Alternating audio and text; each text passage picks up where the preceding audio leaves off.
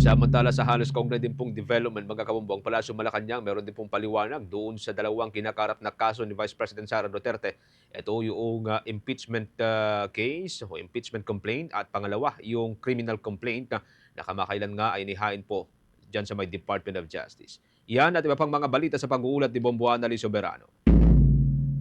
Nilinaw ng Malacanang na walang conflict ang kasong kriminal na isinampa laban kay Vice President Sara Duterte at ang nagpapatuloy na impeachment proceedings sa Senado dahil magkaiba ang layunin nito. Ayon kay Palace Press Officer Undersecretary Claire Castro, magkaiba ang dalawang proseso. Sa criminal case, pananagutan sa paglabag sa batas ang sinusuri, habang sa impeachment proceedings naman ang tinutukoy kung karapat-dapat pa ring mamuno ang isang opisyal. Kabilang umano sa tinitingnan sa impeachment ang kapasidad ng isang leader, kabilang ang kanyang pagiging agresibo at kakayahang kontrolin ang galit o emosyon. Sinabi ng Malacanang na nakabatay sa ebidensya ang pagsasampa ng Department of Justice ng grave threats case laban kay VP Sara.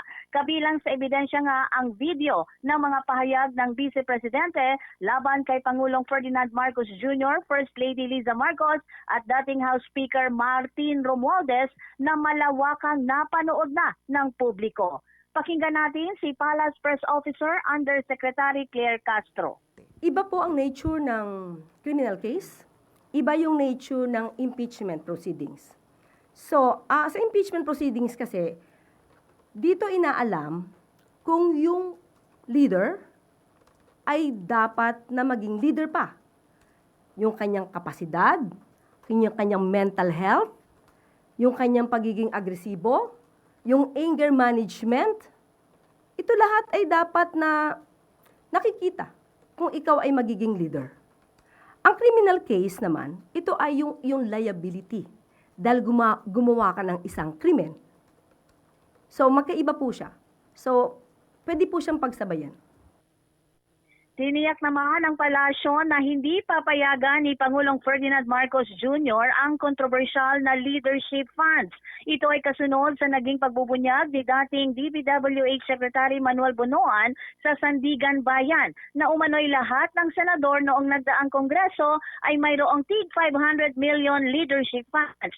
Giit ni Yusek Castro, walang alam si Pangulong Marcos sa nasabing pondo at tila itinago ito sa punong ehekutibo. Ayon pa sa Palace official, kung alam ito ng Pangulo, hindi niya ito papayagan. Muli si Undersecretary Claire Castro.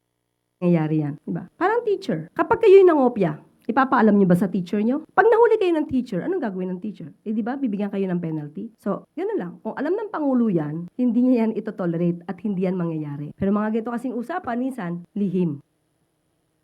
Tiniyak din ng palasyo na walang leadership fund para sa mga mambabatas sa 2027 national budget ng Department of Public Works and Highways. Ayon kasi sa DPWH, ang mga proyektong isusulong sa 2027 budget ay ibabatay sa pangangailangan ng mga lokal at regional government. Kailangan din umanong kumpleto ang mga dokumento at kung kinakailangan may clearance pa mula sa mga Development Council.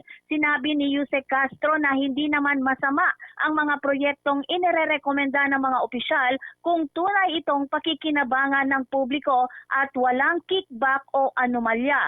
Giit pa ni Castro, mas mahigpit umano ngayon ang Pangulo, ang Department of Public Works and Highways at ang Department of Budget and Management upang maiwasan ang mga pang-aabusong nakita sa mga nakaraan kabilang na noong mga nagdaang budget.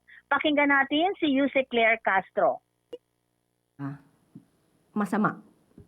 Kung merong project, ang ibang mga officials, kung ito ay talagang mapapakinabangan ng ating mga kababayan, walang kickbacks, walang anumang anomalya.